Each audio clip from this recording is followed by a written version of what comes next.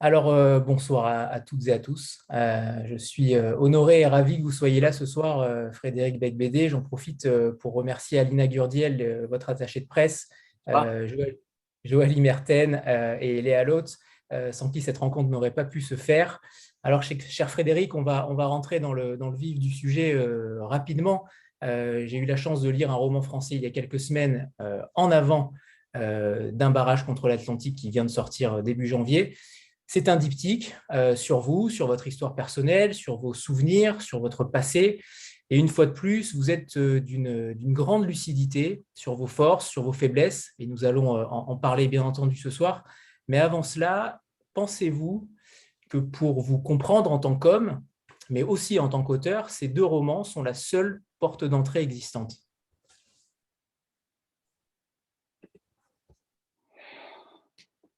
bon, d'abord, bonsoir tout le monde. Je ne suis pas du tout habitué à ce style de rencontre virtuelle, donc pardon si jamais je ne connais pas les codes. Euh, Effectivement, un roman français, le tome 1 et le tome 2, qui s'appelle Un barrage contre l'Atlantique, ce sont comme des cartes de visite, c'est-à-dire, je crois qu'à un moment de sa vie, tout auteur finit par ressentir le besoin de se présenter vraiment. Ce sont évidemment mes deux livres les plus intimes, les plus personnels, euh, les plus sincères, je crois, ce qui n'empêche pas de pouvoir me connaître en lisant le reste. Je pense que ce soit mes romans satiriques ou les non-fictions que j'ai publiées, euh, Windows on the World sur l'attentat du World Trade Center, mais aussi Una et Salinger, par exemple, qui sont des romans sur la réalité, sur une réalité historique. Je pense qu'on peut aussi me connaître en les lisant. À vrai dire, je pense qu'on peut connaître l'auteur à peu près en lisant n'importe quoi de lui. Parce que même quand quelqu'un essaie de se travestir ou d'être purement euh, plongé dans son imagination ou dans la fiction la plus irréaliste, il finit toujours par se trahir et on finit toujours un peu par déceler qui il est, je crois. Alors justement, vous aviez écrit un roman français il y a déjà quelques années, en 2009. Nous sommes en 2022 et vous publiez ainsi le second tome, devrais-je dire, grâce au Covid, car il fallait un moment d'ennui, vous dites, vous écrivez cela, la fermeture des bars, des restaurants et des lieux culturels pour que vous puissiez Ah, écrire il y la a un suite. Zut. Est-ce bien problème là, cela? un problème. Pas Il de y a eu un problème problème. avec le son. Ah, vous Anthony, il y a eu un m'entendez? problème et on Vous n'a pas m'entendez? entendu la fin de C'est votre bon? question. Oui. D'accord, c'est bon. Je repars. Vous aviez écrit justement en 2009 un roman français. Vous avez écrit celui-ci grâce au Covid, même si le mot est un petit peu difficile à entendre, mais grâce au Covid, puisque vous dites qu'il fallait ce moment d'ennui, il fallait justement la fermeture des bars, des lieux culturels, des restaurants, pour que vous puissiez écrire la suite. Est-ce bien cela? Disons que c'est une coïncidence peut-être, mais la première fois que j'ai eu ce besoin de me souvenir, c'était dans un placard du commissariat du 8e arrondissement. Euh, Pendant 36 heures où j'étais enfermé, et tout d'un coup, j'ai retrouvé la mémoire. Et là, de nouveau, 13 ans après, euh, la, la fermeture de tout le monde à l'arrêt, m'a aussi donné envie de me souvenir. Mais je dirais, c'est plus logique cette fois-ci, parce qu'il n'y avait vraiment rien d'autre à foutre que de se plonger dans son passé.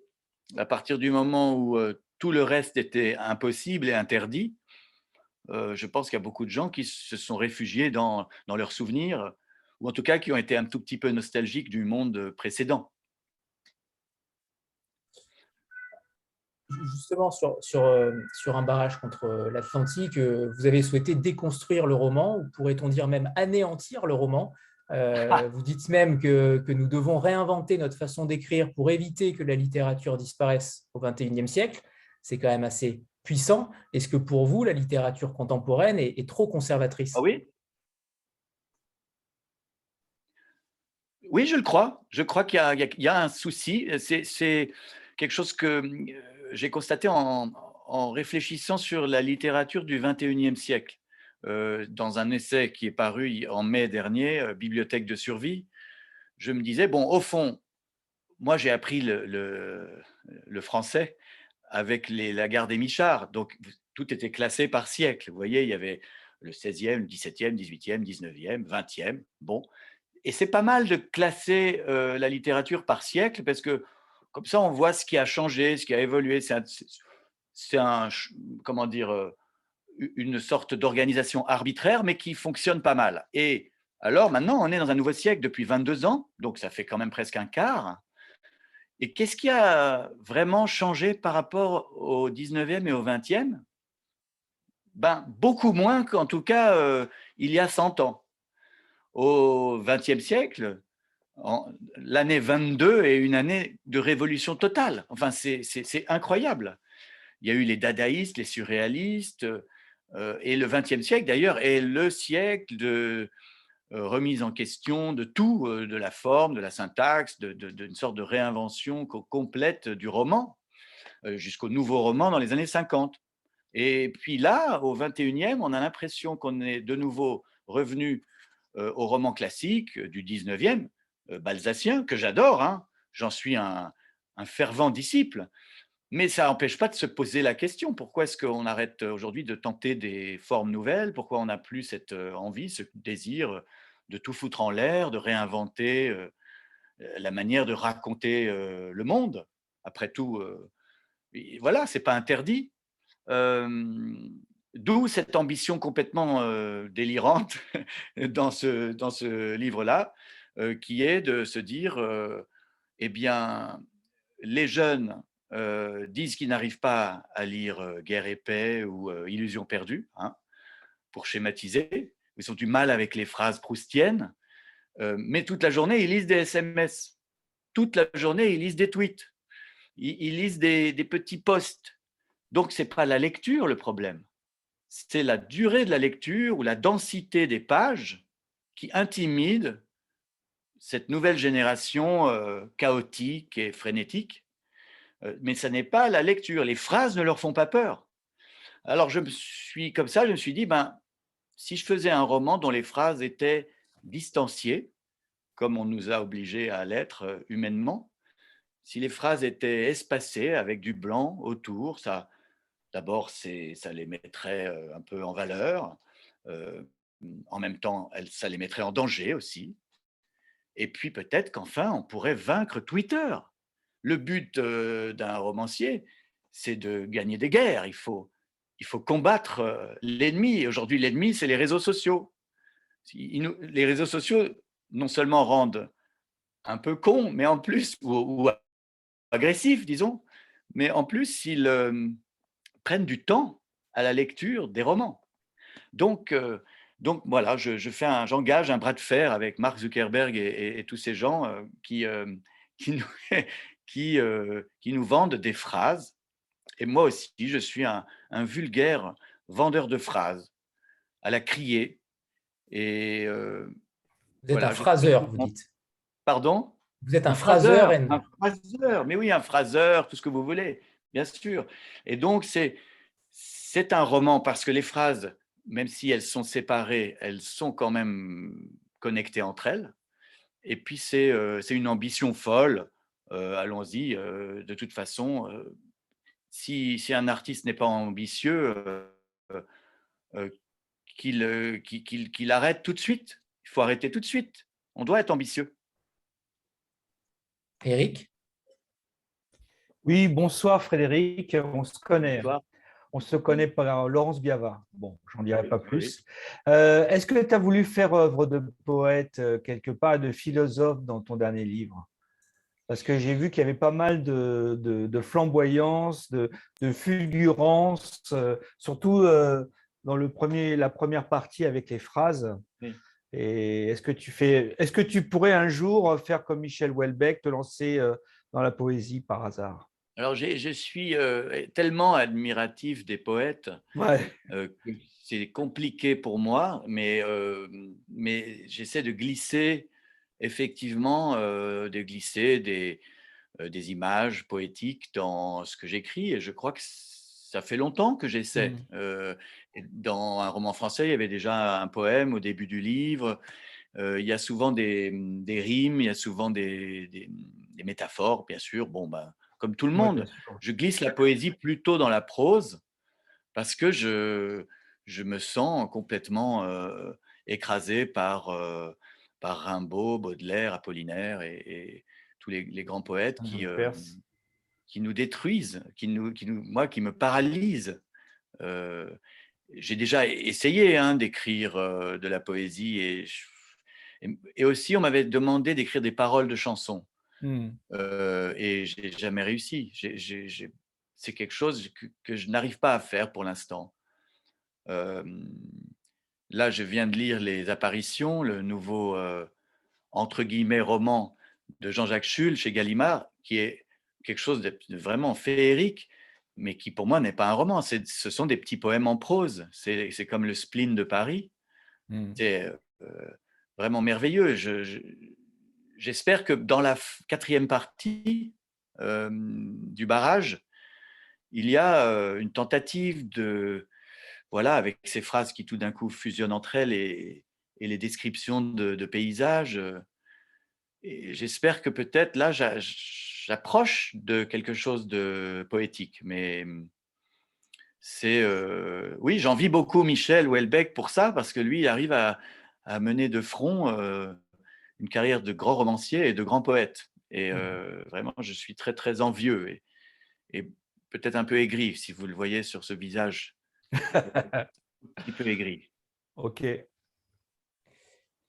Je reviens sur votre rapport au lecteur parce que vous prenez constamment à partie le lecteur, vous dialoguez avec lui même, je dirais.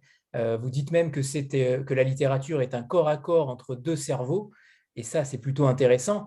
Euh, comment comment vous arrivez à justifier ce rapport avec ce lecteur-là? Est-ce qu'il est nécessaire pour vous? Est-ce qu'il est primordial? Et est-ce que vous diriez que les auteurs ne le font pas assez? Alors, non, pas du tout. Je crois vraiment que pour écrire, il faut être égoïste et il faut penser d'abord à se faire plaisir à soi-même. C'est assez ignoble. C'est pour ça que je dis qu'écrire en public dans un café est très gênant, parce que ce serait comme se masturber en public. Donc je suis assez, je la joue perso. Mais pour ce livre-là, c'est vrai qu'il y a un jeu, JEU, avec le lecteur. C'est comme une danse un peu, hein, oui, une espèce de manière d'allumer le lecteur avec ces phrases qui sont en vitrine, qui sont euh, et puis cette permanente angoisse de l'auteur qui se dit mais je me lance dans un projet qui peut être complètement grotesque. Euh, donc l'auto-dénigrement qui fait partie un peu de mon œuvre, là il est face à une réaction que j'anticipe de la part du lecteur qui se dirait mais est-ce qu'on se fout de ma gueule ou pas? Qu'est-ce que c'est que ce truc? Donc je précède la critique du lecteur, si vous voulez, mais je suis pas quelqu'un qui cherche à plaire au lecteur, vraiment pas. Je crois pas. C'est un jeu. C'est, je pense qu'il faut pas chercher à déplaire. Je ne suis pas convaincu par les auteurs qui cherchent à plaire. Je crois que ces deux choses-là sont aussi bêtes l'une que l'autre. Il faut avancer, avancer dans le brouillard, écrire son livre et puis et c'est vrai que si on publie quand même, c'est peut-être un peu pour avoir un impact sur quelqu'un, mais il faut pas trop penser à ça au moment où on écrit. Sur ce procédé de phrases que vous avez déclamé sur la première partie, comment s'est déroulé le processus? Puisque là, il a fallu restreindre, il a fallu dénuer de surplus à chaque fois chaque phrase. Comment vous avez travaillé justement sur cette matière-là qui était peut-être nouvelle pour vous? Vous dites à un moment donné que les blancs qui entourent les phrases leur donnent une majesté comme un cadre autour d'un tableau. Mmh. Oui, c'est vraiment quelque chose qui m'a beaucoup aidé à écrire le livre et en même temps qui est très paralysant. C'est-à-dire l'idée que chaque phrase doit quand même se défendre toute seule et en même temps ne doit pas être autonome. Ce n'est pas un recueil d'aphorismes, ce n'est pas un recueil de maximes, même si je les admire et j'adore lire La Rochefoucauld, Chamfort ou Cioran. Ce n'est pas du tout ce projet-là, hein, mon projet. J'essaie vraiment d'imaginer une nouvelle sorte de manière de raconter une histoire quand même. Donc pour prendre un exemple précis, quand vous faites ça, vous ne pouvez plus vous répéter.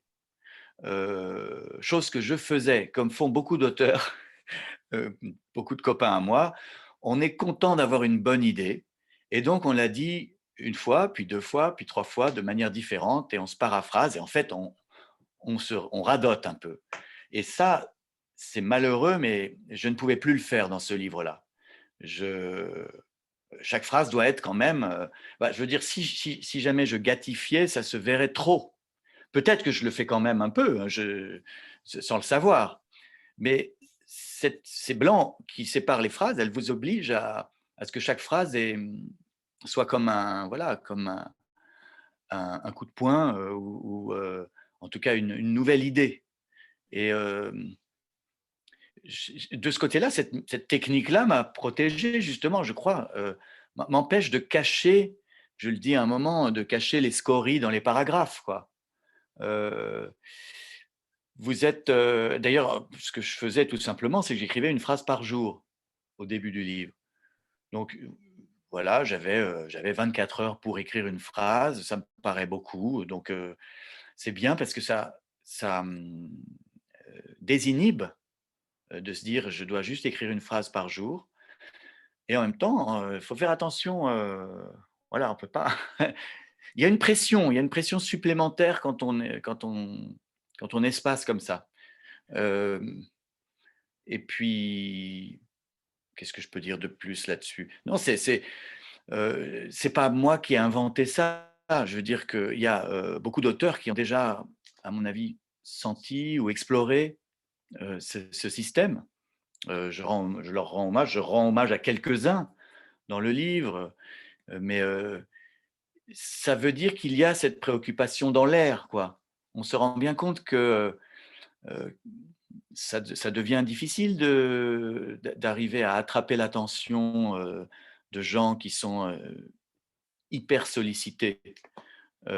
Et donc, réfléchir à de nouvelles formes, ça me paraît aussi urgent, même peut-être plus urgent qu'au début du XXe siècle. Voilà. Est-ce que justement pas cet altruisme, mais le fait de d'écrire pour une nouvelle génération, est-ce que c'est aussi en rapport avec votre paternité et le fait que vous ayez changé, on en parlera peut-être tout à l'heure sur, sur vos journées à passer à ramasser des jouets, mais pour le coup, est-ce que c'est pour votre fille, est-ce que c'est pour vos enfants aussi que ce livre potentiellement existe? Sûrement. En tout cas, c'est vrai que j'étais un peu vexé que ma fille aînée n'ait pas trop lu mes livres. C'est quelque chose de courant chez les écrivains qui ont des enfants. Euh, mais avec ce système, donc d'habitude, je lui donne toujours mes livres hein, depuis qu'elle a l'âge d'être, voilà, de pouvoir lire des choses à caractère pornographique. Et, et donc, d'habitude, je lui donne et elle met beaucoup de temps, quoi. Et là, je lui ai donné le manuscrit et en une journée, elle avait fini. Donc, je me suis dit, tiens, euh, ça confirme qu'il y a peut-être une forme qui serait intéressante. D'ailleurs, je me demande ce que donnerait un roman du 19e en espaçant les phrases. Ça serait peut-être intéressant de voir vous voyez, de voir ce qui se passerait. Bon, peut-être pas Proust, parce que ça ferait 10 tomes ou 20 tomes de 1000 pages, mais, mais si on espaçait les phrases de certains livres que les jeunes ont du mal à pénétrer, ce serait peut-être riche d'enseignements, je ne sais pas. Bon, euh, je ne dis pas que je ferai ça toujours, mais là, dans cette situation-là où j'étais, encore une fois, dans un monde à l'arrêt, avec tout d'un coup des nouveaux souvenirs qui me revenaient, une envie de me replonger dans un monde disparu, euh, et puis, euh, et puis aussi de décrire cette époque des années 60-70 vue par un enfant. C'est quelque chose que beaucoup d'auteurs de mon âge font en ce moment, depuis quelques années. Il y a beaucoup de membres de la génération X qui se mettent à se souvenir de la libération sexuelle. Et donc, bah, je ne sais pas, tout ça ça m'a facilité la tâche de choisir cette forme-là. Agnès, il faut allumer Ah, le Agnès a micro. oublié de brancher son micro. Elle va l'allumer. Est-ce C'est que c'est bon, mieux comme ça? c'est bon, parfait. Oui, Voilà. c'est mieux comme ça. Bonsoir, merci pour cette rencontre. Ok. J'avais deux questions qui sont toutes les deux liées à votre statut de personnage public. La première est liée à la sincérité, puisque c'est un livre écrit à la première personne, ce sont des confessions. Quel degré de liberté avez-vous quand vous savez que vous êtes vous-même un personnage public et que une partie de votre entourage l'est aussi? Ça, c'était ma première question liée à votre statut. Et la deuxième, qui est un peu plus éloignée de ce livre-là, est-ce qu'un personnage public peut être un personnage de fiction pour vous? Je ne sais pas très bien ce que ça veut dire personnage public, honnêtement. J'ai commencé à écrire à l'âge de 8 ans. Quand j'ai été publié par Denis Tillinac à la Table Ronde en 1990, j'avais 24 ans. J'étais un inconnu total. J'étais un petit personnage germano-pratin qui organisait des soirées. Je suis devenu progressivement, au fil des livres, un écrivain qui a une notoriété. Et puis j'ai fait beaucoup de métiers publics. J'ai été journaliste, animateur de télévision, cinéaste, si vous voulez. On peut dire que je l'ai cherché, mais je ne comprends toujours pas ce que veut dire personnage public.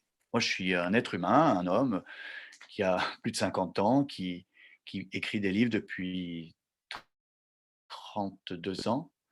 En Je m'en fait, Enfin, je m'en coupe pas de votre question, je respecte oui, votre oui, question. oui. Je ne réfléchis pas comme ça du tout. Quand je suis devant ma page blanche, je me demande, voilà, qu'est-ce que je vais encore raconter, qu'est-ce qui va sortir de mon écriture. C'est mon écriture qui déclenche un processus mystérieux. C'est en écrivant qu'il se passe quelque chose. Mais je ne réfléchis pas en me disant, qu'est-ce que le public va penser de mon image de marque ou ce genre de choses. Je m'en fous un peu, quoi. Mais c'est une bonne question quand même. Il y a des écrivains qui ont souhaité disparaître. Et parmi les écrivains que je préfère, d'ailleurs, sont des écrivains qui étaient des misanthropes, qui étaient très secrets et qui n'avaient aucune image publique. Donc, je comprends votre question, mais j'essaie de ne pas en tenir compte du tout quand j'écris. C'est vraiment le moment où, justement, je peux avoir la paix. La deuxième partie de votre question est plus intéressante pour moi, puisque c'est la question de l'implication des autres. Quand je parle de mon histoire d'amour avec Laura Smet, par exemple, j'implique quelqu'un de célèbre dans mon livre. Et je mets dans ce livre tous les vrais noms des personnes. Donc, effectivement, j'entraîne d'autres gens dans ce naufrage, dans ce voyage, si vous voulez. Et donc là, c'est une responsabilité. Et j'essaie de le faire avec tact, avec pudeur, avec délicatesse. Et puis, je fais lire le plus possible le manuscrit avant de le donner à mon éditeur. Ce qui est, je crois, une bonne méthode pour ne pas créer de malentendus ou faire souffrir ou blesser quiconque, parce que ce n'est pas du tout l'objectif. Certains écrivains ont ça comme objectif. Moi, pas. Moi, c'est la vérité, c'est la beauté, c'est la sincérité, c'est qu'il y ait du style, mais certainement pas de régler des comptes en public. Pas du tout. Est-ce que j'ai répondu? Oui, merci. J'avais ma dernière question qui était: un personnage public peut-il être un personnage de fiction? Si c'est une question qui vous Mais inspire. ça, Sinon, alors, je crois, oui, je suis entièrement d'accord. Je pense que la réponse est oui. Tout ce qui est public est de la fiction. Même quand je vous affirme que c'est mon livre le plus intime, sincère et personnel, ça reste ma vision des choses. Et c'est mon histoire telle que je la raconte moi. Toute autre personne impliquée là-dedans qui la raconterait, elle, aurait une autre version. Et donc, tout ce qui est… Alors, encore plus quand c'est déformé, amplifié par les médias. Les histoires qu'on entend, qu'on voit dans les magazines ou sur des personnalités sont des fictions, je pense. Et mon but, quand je fais de l'autobiographie, c'est vraiment de réduire la distance entre ce qui se passe dans mon âme et ce qu'il y a dans le livre.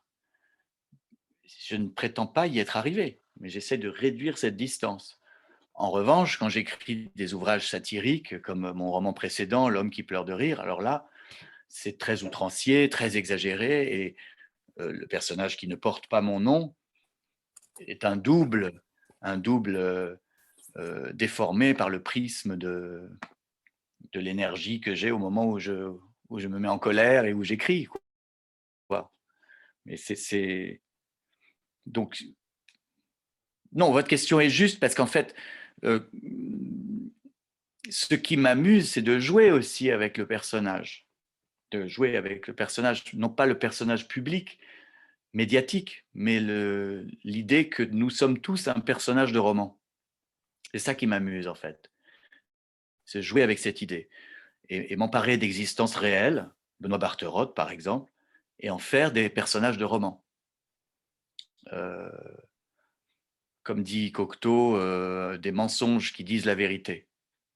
Et je pense que si je prétendais que ma vérité est universelle, je serais le pire des menteurs. Et vous disiez même dans un roman français que votre vie n'était pas plus importante que celle des autres, mais n'était pas non plus moins importante. Oui, c'est un peu d'une autre façon ce que dit Sartre dans Les mots. Hein, je suis un homme fait de tous les hommes et qui les vaut tous et que vaut n'importe qui.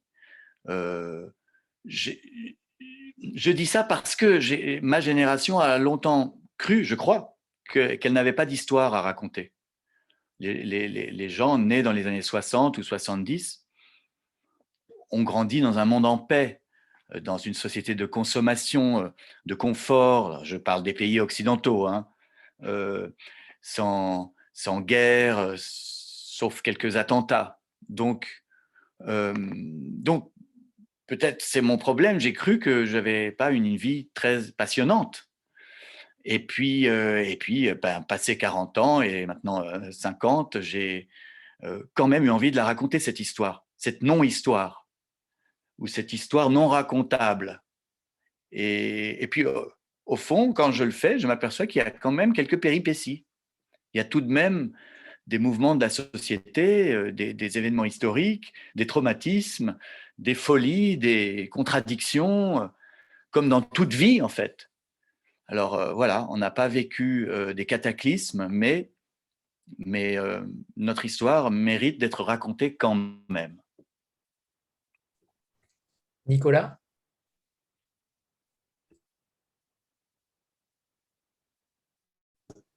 Oui, ça y est, vous m'entendez? Oui. C'est bon. Ok. Donc, je me demandais, moi, de mon côté, dans le prolongement de ce que vous venez de dire, est-ce que écrire avec le temps, c'est se confronter au réel, c'est-à-dire sans les masques et les affectations et l'ego de la jeunesse, pour dire une forme d'urgence du monde, ici, l'urgence climatique? Oui, c'est tout à fait vrai ça, parce que j'ai l'impression qu'avec l'expérience, on n'apprend pas grand-chose en tant qu'écrivain. Je veux dire, chaque livre est un retour à la case départ, mais en revanche, un homme qui vieillit, ou une femme, a envie de cesser de gesticuler. Et ça a commencé avec le livre précédent, celui avec le smiley qui pleure de rire, parce que c'était un livre de fatigue, de quelqu'un de fatigué, de rire, de se forcer à rire. J'ai l'impression que j'ai passé 30 ans à faire des blagues, des numéros de claquettes ou de l'auto-ironie ou une sorte de fuite, quoi, de fuite dans le ricanement et la dérision. Et puis j'en ai eu marre, ça m'a fatigué, ça m'a saoulé. J'ai expliqué tout ça dans ce livre-là en 2020. Oui, en 2020. Et puis là, donc, en conséquence de quoi, maintenant, je deviens quelqu'un qui n'a plus de masque. Je ne peux plus remettre le masque d'avant. Je n'y arrive plus. Ça ne m'intéresse plus. Ça ne m'empêche pas d'essayer d'être marrant quand même, hein, j'espère. Mais ça me paraît… J'ai plus de temps à perdre. Voilà, j'ai l'âge que j'ai. Je pense que j'ai plus le temps de tricher et ça ne donnerait pas de bons résultats. Parce que si on se force, ça donne des livres, comme vous avez dit, vous avez employé le mot urgence, quoi. Des livres sans urgence, il y en a beaucoup. Il y en a beaucoup. Je les reçois par la poste. Du fait de mon métier de critique littéraire, je reçois beaucoup de livres sans nécessité. Comme dit Jean Paulhan, des livres qu'il n'aurait pas fallu. Et moi, je ne pourrais plus me regarder en face dans la glace si j'en écrivais un. Donc, je suis obligé que chaque chose que j'écris maintenant soit absolument indispensable. Pas au monde, mais à moi, au minimum. Donc oui, l'urgence climatique, bien sûr, quand on est père de famille et qu'on voit les conséquences de notre façon de vivre sur la nature, je ne peux plus me permettre d'être irresponsable. Et justement, la plupart des livres en ce moment ont l'air de parler d'autre chose. Enfin, la conscience politique parle d'autre chose. Tout le monde parle d'autre chose, alors que c'est le premier souci, quoi. Je suis aussi étonné que vous. Ouais. Je dirais même, je ne comprends pas pourquoi depuis 2 ans, on a emmerdé les gens, peut-être pour une menace d'un virus, mais on n'en fait pas du tout autant pour une menace bien plus importante. C'est une énigme pour moi. C'est vraiment une énigme. Je suis assez tranquille sur ce sujet, puisque dès l'an 2000, dans 99 francs, je commençais le livre par Tout est provisoire, l'amour, l'art, la planète Terre. La planète Terre, vous, moi, surtout moi, mais il y avait quand même la planète Terre. Il y avait tout déjà, dès la première phrase de ce roman, et puis dans tout le livre, une angoisse écologique. Il y avait une description de la manière dont c'est la publicité, et bien encore plus aujourd'hui, qui nous empêche de renoncer à notre confort. Voilà, cette hyperconsommation qui détruit l'environnement, c'est la publicité qui en est responsable. C'est parce qu'il y a cette espèce de création de besoins artificiels que les pays pauvres veulent accéder à tous ces produits. Donc, quoi. Bon, donc j'avais expliqué, je pense que là-dessus, on ne peut pas me dire, tiens, il rejoint un combat de manière tardive. Ce serait complètement faux. C'est quelque chose qui m'angoisse depuis longtemps. Et c'est encore plus angoissant de voir à quel point on peut crier ça depuis 22 ans. Ça n'a aucun effet, mais aucun effet, aucun impact. Le rapport du Club de Rome de 1970, bien avant Greta, et sans effet. Donc là, dans ce barrage contre l'Atlantique, j'envisage l'échec de l'écologie. En fait, on peut le dire, l'écologie a échoué pour l'instant. L'écologie a échoué à suffisamment alerter les consciences. Don't Look Up le montre bien. Il y a des gens qui disent depuis 50 ans la même chose et que personne n'écoute, en gros. Donc, si on suppose que ça va continuer, que personne n'écoutera dans les 20, 30 ou 50 prochaines années, à ce moment-là, ça devient très, très préoccupant. Antoine? Bonsoir à tous, bonsoir Frédéric. Alors j'ai deux questions. La première, c'est un parti pris, c'est une question sur le parti pris formel du livre. On a parlé des phrases. Cela dit, on s'apercevra que les phrases finissent par se rapprocher, qu'elles sont de plus en plus intriquées, jusqu'à ce que revienne la figure omni du paragraphe. Alors ma question, c'est pourquoi ce choix particulier qui interpelle, puis j'aurai peut-être une deuxième question après. Oui, j'ai commencé de manière très prétentieuse en disant que je voulais vaincre les SMS, les tweets et vaincre les réseaux sociaux, puisque eux aussi, ce sont des phrases. En réalité, je veux sauver le roman. Donc, en commençant par des phrases disjointes qui progressivement se rapprochent, c'est-à-dire qu'il faut expliquer, il y a 2 lignes d'écart dans la première partie, puis une ligne dans la deuxième, une demi-ligne dans la troisième, et puis à la quatrième partie, des phrases qui reforment des pages sans alinéa. C'est une sorte d'artifice formel amusant, mais c'est aussi une manière de dire, moi, mon but, c'est d'attraper les fans de SMS et de leur dire, revenez vers le roman. Et donc de reconstruire, de ressusciter le roman. À la fin du livre, on est bel et bien dans des pages noircies, avec une grande densité, avec des descriptions, des monologues, des pensées, des réflexions. Et j'espère que tout ça aboutit à quelque chose qui serait la dernière phrase du livre, qui est celle qui m'émeut le plus de tout le livre. Donc, qu'on avance vers quelque chose. Mais bon, voilà, je prétends pas non plus que ce soit la révolution, mais je trouve que c'est une façon de s'amuser en écrivant, en espérant amuser ceux qui y liront. Merci beaucoup. Alors ma deuxième question, ça fait référence à une réunion d'un format identique à celle-ci qui a eu lieu l'an dernier avec Nicolas Ray.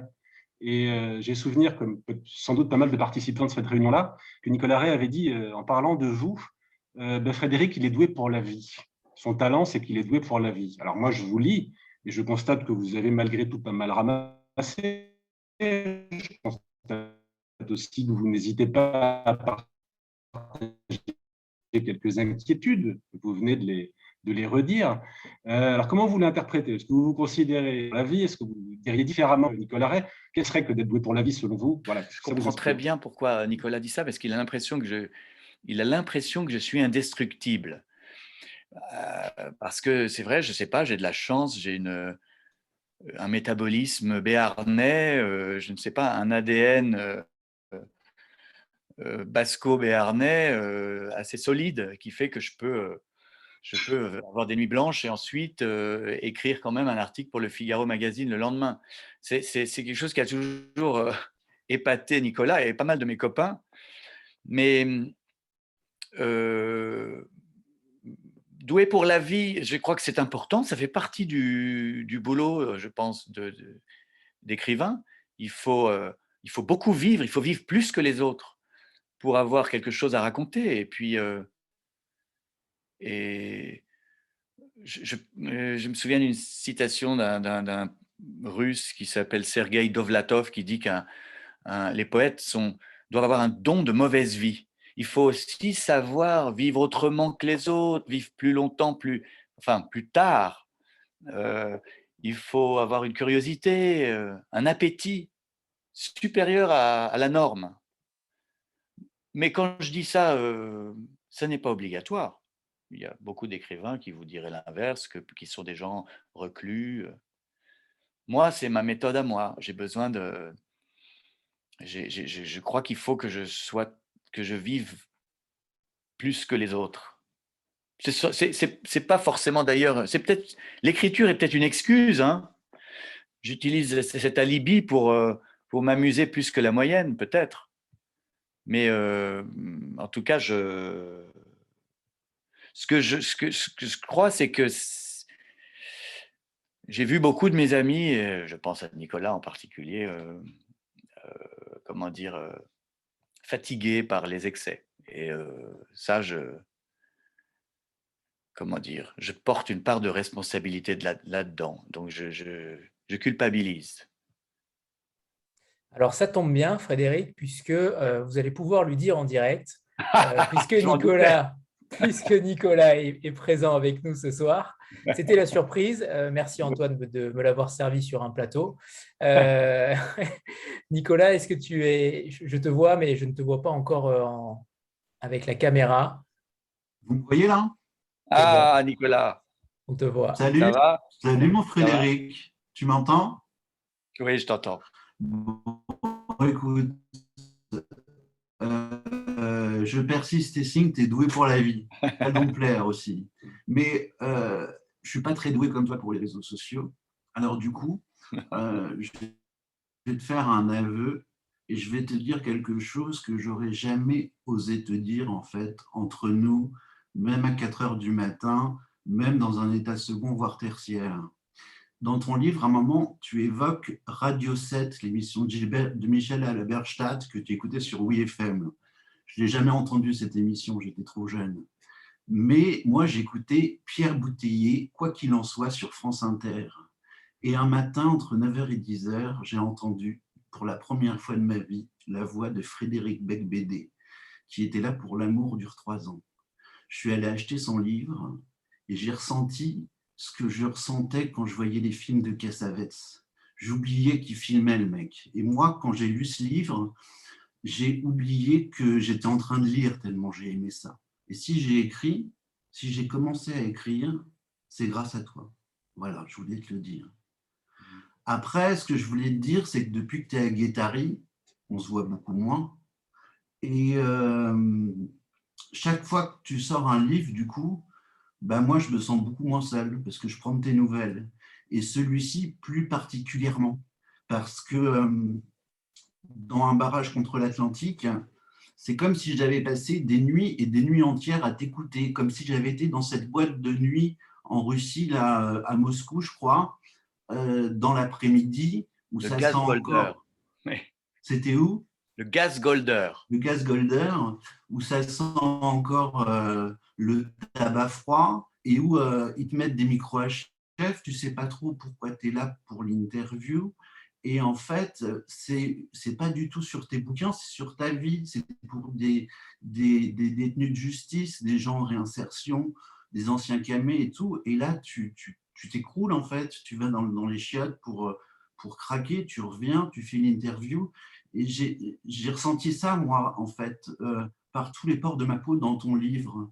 Et c'est ça qui m'a bouleversé. Il y avait plein de choses que je ne connaissais pas de toi. Enfin, un exemple parmi d'autres, c'est très touchant la façon dont tu n'arrêtes pas de dire que tu as toutes les raisons au monde pour détester ton père, qu'il a tout fait pour ça et que tu ne peux pas t'empêcher de l'aimer, et qu'il y a toutes les raisons au monde pour lesquelles tu peux qu'adorer ta mère et que tu suffoques parfois quand tu la vois. Enfin, j'ai ressenti ça aussi plein de fois, moi, avec certaines personnes. Il y a des gens, ils font tout pour qu'on ne les supporte pas, on ne peut pas s'empêcher de les aimer.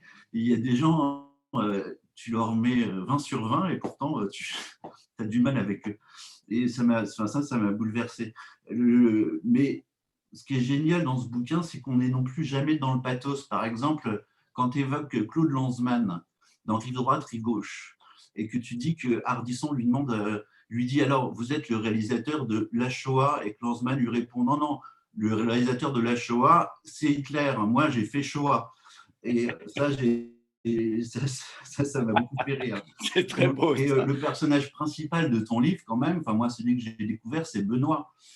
Oui. Benoît, on parlait d'écologie, c'est fou ce mec-là qui n'arrête pas de balancer des pierres pour essayer de tenir le coup, quoi, dans l'océan. Et la plus belle définition de Benoît, moi j'ai trouvé page 60, tu dis il y a 2 sortes d'humains, ceux qui ont du sable dans leurs chaussures et ceux qui n'ont pas de sable dans leurs chaussures.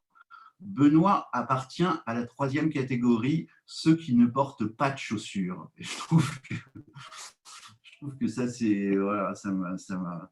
Alors, ma phrase préférée se trouve page 76. Pour Noël, ma femme m'a offert un pyjama. C'est assez terrible, cette phrase. Et voilà. Et comme disait le monsieur tout à l'heure, ce qui est bien, c'est que les phrases prennent de l'élan à chaque fois pour faire l'amour avec d'autres. pareil, je pars à 67, tu continues. Je ne suis pas écrivain, mais rangeur de camions de pompiers rouges et d'hélicoptères en plastique bleu. Si seulement ma vie était comme mes ennemis se l'imaginent. Et c'est vrai que nos ennemis s'imaginent des vies trépidantes. Alors que là, par exemple, je te parle, je suis à Montrouge, chez Diane, enfin en famille, voilà, avec mes 2 beaux enfants. On vient de regarder Crocodile Dundee et je m'apprête à manger des œufs à la coque. Donc voilà, c'est comme ça. Voilà, ouais. Mais écoute, tu sais à quel point je t'aime Ben ouais, mais c'est réciproque, mec. et comme je suis vraiment bouleversé par ce que tu me dis, tu m'avais jamais dit Non, mais ça. je te parle jamais de tes livres parce que j'ose pas, donc je me suis dit c'est l'occasion. Chaque fois, voilà quoi. Donc, comme L'amour dure 3 ans, c'est un de mes livres les plus courts. C'est pour ça que tous tes livres sont très courts. Hein, c'est ma voilà, faute. Ça va être ma faute. pour Ouais. ça. Non, mais ce qui est marrant, c'est que comme tu es un peu plus vieux que moi, tu es né en 64, c'est ça? Oui, J'ai découvert 65. des trips que je n'avais pas fait, genre le Minitel Rose, tu vois, je ne connaissais pas. Mais j'ai Oui. redécouvert des trucs que je connaissais, par exemple, quand on appelle une fille dont on est fou amoureux et qu'on tombe sur sa mère, elle te Oui. dit est-ce que je peux lui faire une commission? Et tu dis c'est vraiment le mot le pire au monde, quoi. Tu vas faire une commission. Ou alors toutes les pages sur le slow. Le slow, oui. c'est quand même. Et le premier truc féministe, c'est quand même, tu vois, Oui. quand tu dis, il y a une phrase qui est très belle, à un moment tu dis il y a quand même mieux que le consentement, il y a l'ébahissement. C'est-à-dire que, oui, c'est-à-dire que maintenant la surprise est devenue quelque chose d'illégal, mais c'est vrai que je me souviens très bien d'une fille qui m'a invité à danser un slow pendant le quart d'heure américain, et la fille n'était pas terrible. Alors, d'abord, j'ai La compris ce que rousse, là. c'était. J'ai compris ce que c'était qu'être une femme, c'est-à-dire qu'on n'est jamais invité par la personne qu'on voudrait, c'est toujours celle d'à côté. Donc c'est ça, être une femme. Mais en même temps, une fois qu'on danse avec la fille qui était peut-être pas la mieux, bon, il faut dire que les musiques des slow aidaient beaucoup, parce que quand c'est Love Me, Please Love Me ou Still Loving You des Scorpions, on tombe forcément amoureux. Ouais. Tu tombes forcément amoureux. Donc c'est ce moment d'ébahissement qui est voilà, qui est merveilleux. Moi, Et j'avais fait une expérience quelque chose. C'est dommage qu'on puisse plus comme ça être serré contre une inconnue ou un inconnu. C'est vraiment le contraire des gestes barrières, le slow. Ouais. Moi, j'avais fait une expérience particulière. J'étais parti en stage de langue à Oxford. On était une dizaine de Français. Et il y avait une fille vraiment moche, quoi, un peu physique de camionneuse, une petite moustache, des lunettes. Et toutes les autres filles du groupe se moquaient d'elle. Et le dernier soir, dans un pub, il y avait de la musique. Je me suis levé, je l'ai invitée à danser. Elle ne me plaisait pas du tout physiquement, mais elle était très sympa. Et je suis sorti avec. Et c'est très bizarre cette sensation d'être un peu étranger à ce qu'on fait parce qu'elle ne te plaît pas physiquement et en même temps de vivre un truc tout à fait particulier, de donner tes lèvres à quelqu'un que tu désires pas et en même temps il y a un petit plaisir quand même étrange, particulier.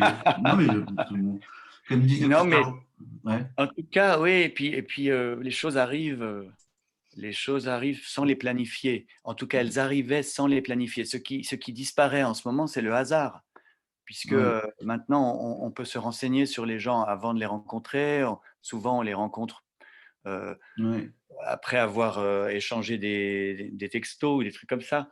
Ça n'était pas possible, ça, dans ma jeunesse. Dans ma jeunesse, quand on téléphonait à quelqu'un, ce n'était pas des portables, donc on tombait… Mais tu la maman ou le père aussi. Tu demandes au père de te passer sa fille, c'est un peu space. C'est violent. C'est violent. Et puis, tu allais à un rendez-vous et la personne ne venait pas et tu attendais 2 heures sans être prévenu. Puis tu allais déposer des lettres dans des boîtes aux lettres. Moi, j'ai fait beaucoup ça, d'écrire des lettres et de les mettre dans des boîtes aux lettres. Il y avait un truc que je ne connaissais pas d'ailleurs, pas les lettres, mais les cartes de visite. Je ne savais pas qu'il fallait les corner en haut à droite pour prouver que tu les avais mis toi individuellement. C'est un truc qui m'était totalement… Oui, c'est une sorte de code pour dire je suis passé te voir. Quoi. Je suis passé te voir, donc la carte de visite était cornée avec un petit mot. J'ai retrouvé Chloé évidemment dans ton livre et je me souviens d'un truc dont je te l'ai piqué pas mal de fois dans mes bouquins d'ailleurs. dans Windows on the World, quand tu écris Gare Montparnasse, c'est ça, dans Windows on the World? Oui, à la tour Montparnasse. Ouais. Et à un moment, tu renifles, tu sens le parfum des cheveux de ta fille et tu te dis, ça vaut toute la morphine du monde, ou un truc comme ça. Et ça, c'est un truc, le mercredi soir, quand je regarde des DVD avec mon fils, je sens ses cheveux et j'ai toujours cette phrase en tête. Ouais. Et à un moment, tu accompagnes Chloé à la gare pour qu'elle parte faire ses études. Et je me suis dit, mais il aurait dû donner comme titre à son livre un barrage contre le TGV Atlantique.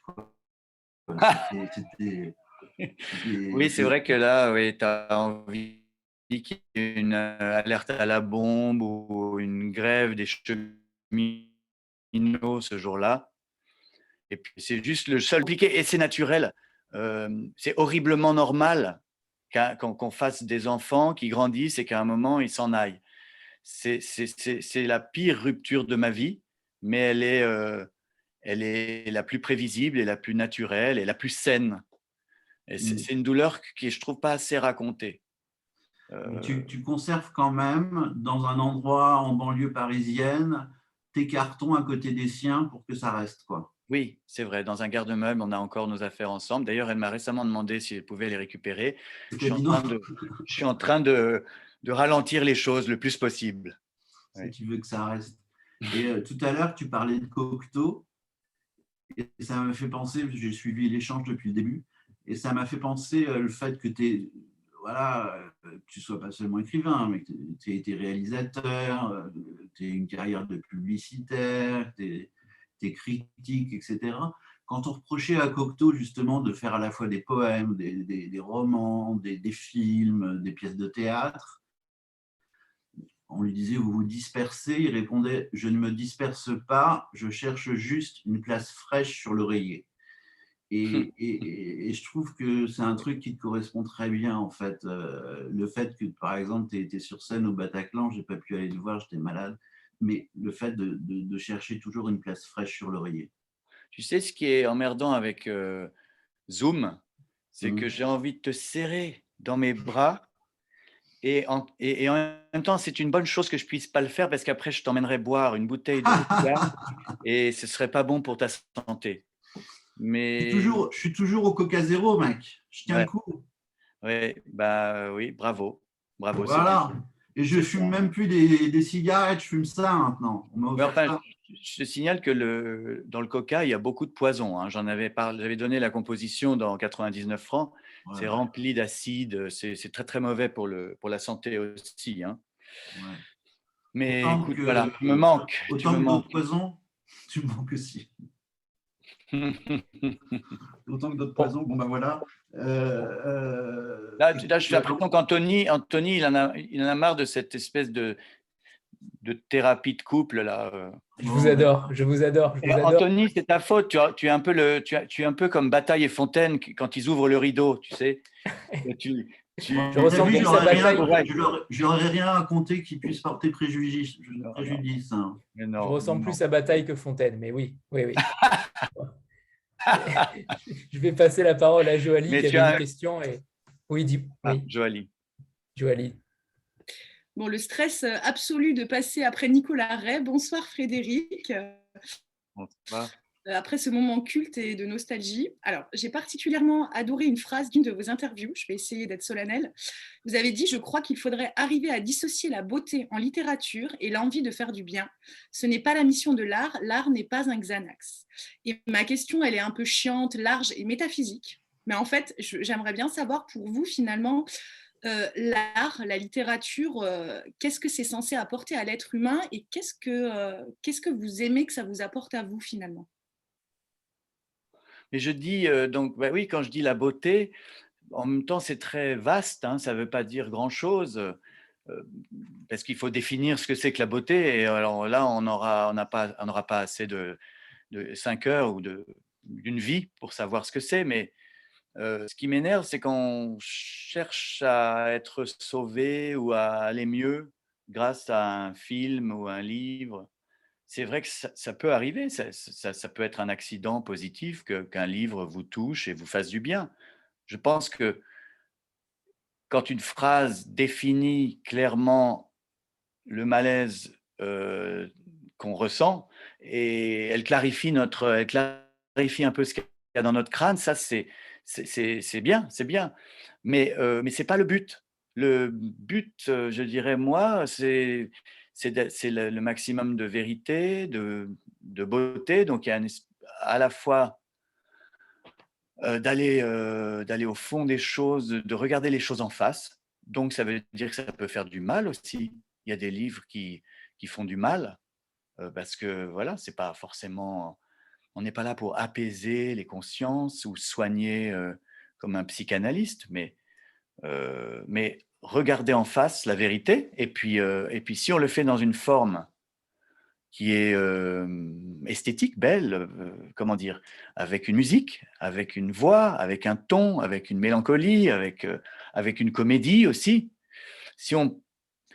Je dirais moi, enfin, je n'aime pas les auteurs qui disent il faut rien, ça sert à rien, tout ça ne sert à rien. Mais si jamais, en tout cas moi, j'ai voulu aller chercher des émotions dans ce livre-là. C'est-à-dire, je voulais vraiment partir dans les zones de ma vie, voir ce qu'il en reste de cette vie, qu'est-ce qui reste dans ma tête de cette existence, qu'est-ce qu'il y a de plus important, qu'est-ce qui m'est arrivé de plus émouvant. Et puis je me suis dit, voilà, si j'arrive à ce que moi, en écrivant, je me mette à chialer, par exemple, alors c'est qu'il faut approfondir cette zone-là. Donc je me suis un peu forcé à arrêter de fuir justement ce que je fais peut-être depuis longtemps et d'essayer d'affronter mes émotions. Pourquoi est-ce que je me mets à pleurer quand avec mon père juste après le divorce de mes parents, où on est parti en Indonésie et où il nous réveillait, mon frère et moi, en nous chatouillant la plante des pieds. Pourquoi est-ce que ça me fait dégouliner? Là, ça va, j'arrive à le dire sans fondre en larmes en public, mais c'est quelque chose, oui, parce que c'était des retrouvailles entre un père et ses deux fils après une séparation, et du coup, j'en profite pour parler de cette époque-là où le divorce était encore un truc un peu tabou. C'était encore assez rare d'être enfant de divorcé. Aujourd'hui, c'est la norme. Je parle de... Donc, c'est vraiment en partant du prisme de choses très sincères et très simples, très particulières, comment dire, d'aller vers l'universel peut-être, parce que quand on touche à des choses si importantes pour soi, peut-être que ça va atteindre, je n'ose pas dire le cœur, mais au moins l'âme d'autres personnes. C'est pas moi qui ai eu cette idée le premier. Proust en parle très, très bien, beaucoup mieux que moi.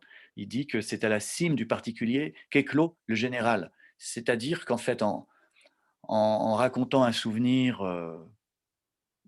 très banal, mais en le racontant vraiment, vraiment, vraiment, vraiment de manière détaillée, on peut émouvoir le monde entier. Merci. Merci. J'ai eu ma réponse, clairement. Pardon Eric, mais Stéphanie n'a pas encore pu intervenir. Je la priorise, mais ce sera à vous juste après. Oui, bonsoir Frédéric, bonsoir à tous.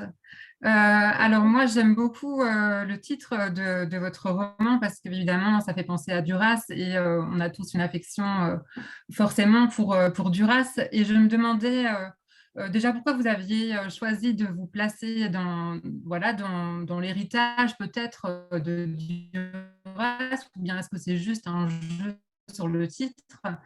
Et de quoi ce titre est la métaphore, c'est-à-dire est-ce que c'est évidemment avec l'érosion du littoral par exemple, Oui. est-ce que c'est plus généralement que ça aussi l'érosion des souvenirs qu'on essaye de garder par l'écrit, et est-ce que c'est pas une tentative qui est presque déjà perdue d'avance, et est-ce que vous n'avez pas l'impression d'être un peu un Don Quichotte qui lutte désespérément contre quelque chose qui est inéluctable?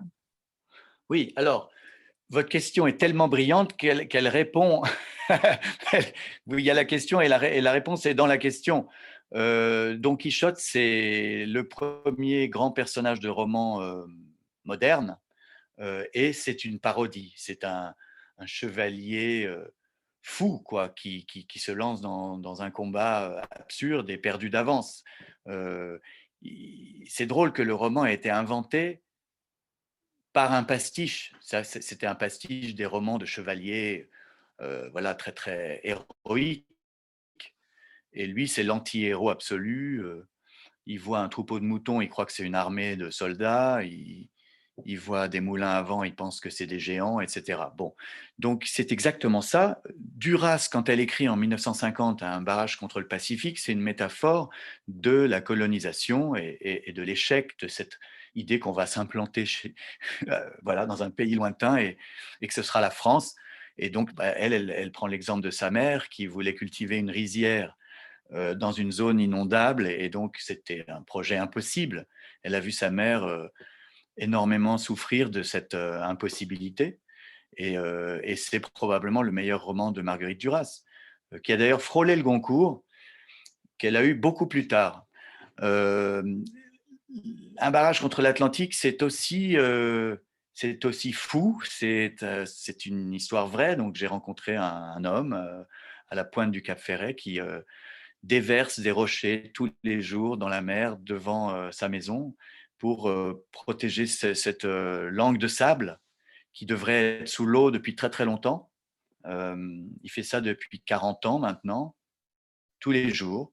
Je l'ai encore vu avant-hier, il avait déversé un camion de rochers.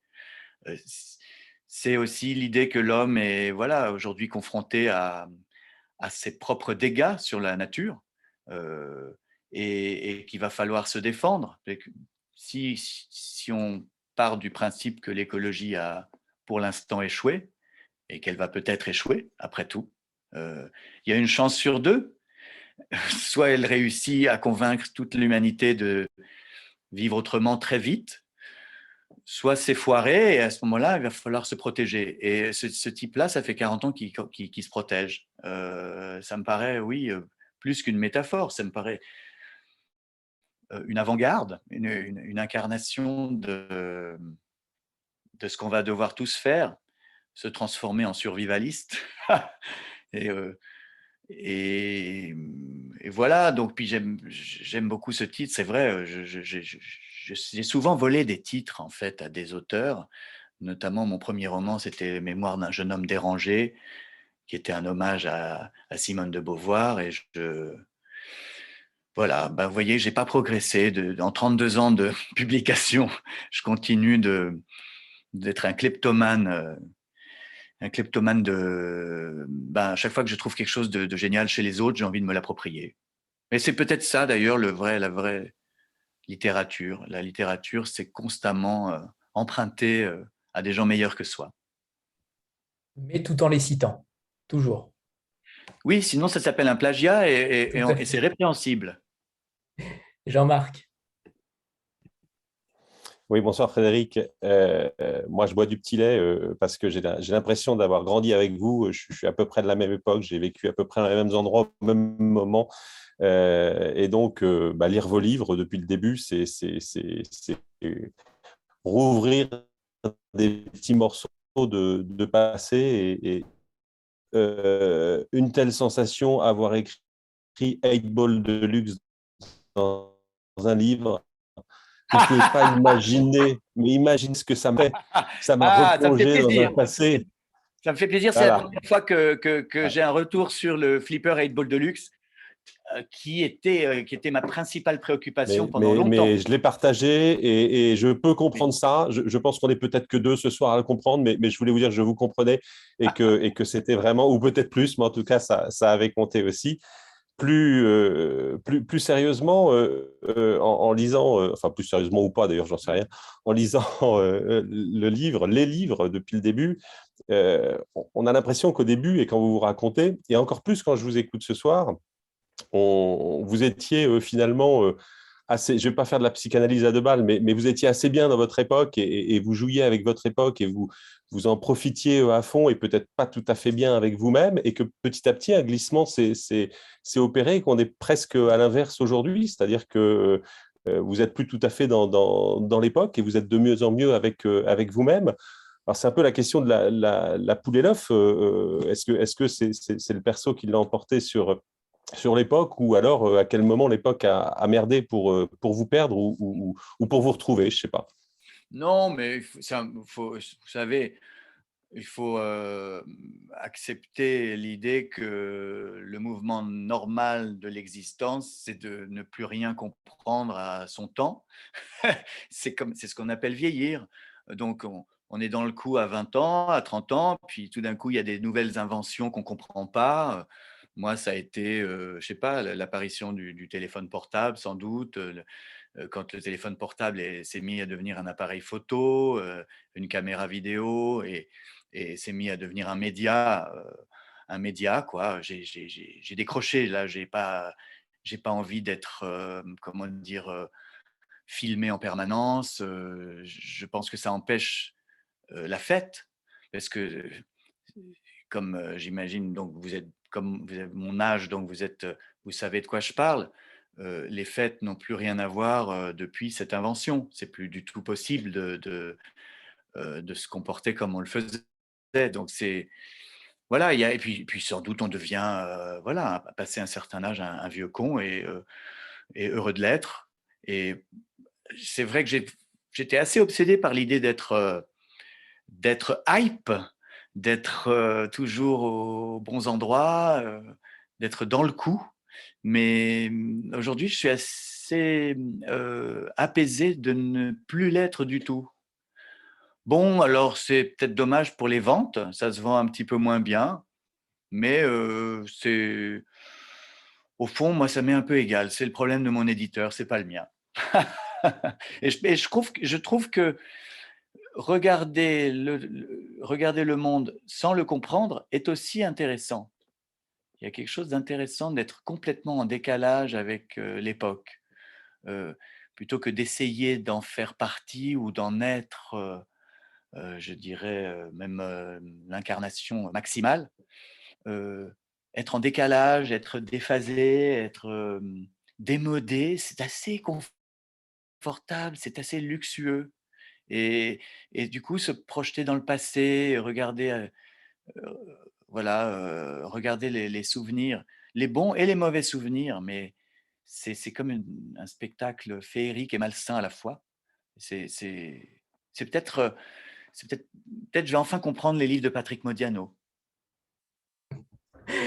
Voilà, le petit tacle. Avant de passer la parole à Eric, on a pour habitude de faire une photo de groupe. Donc voilà, préparez-vous. Et ceux qui ont le livre, évidemment, vous pouvez le mettre à l'écran. 3, 2, 1. Et moi aussi, alors il faut. Bien sûr. Bah oui. Parfait, c'est bon, merci. Eric, c'est à vous pour la dernière question. J'essaie de respecter le délai fixé par Alina.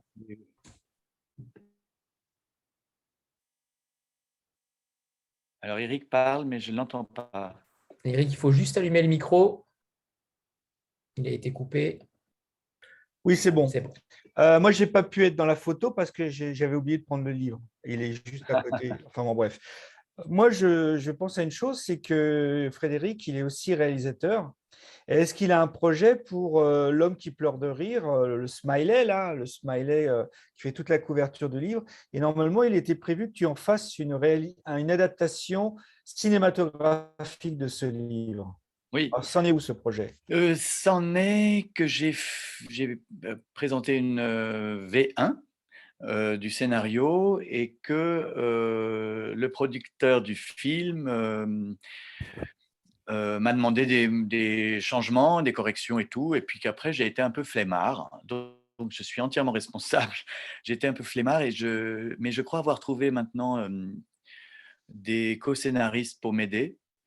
Il faut dire une chose, ce que je fais, c'est un peu spécial. J'écris d'abord un roman, ensuite j'écris un scénario.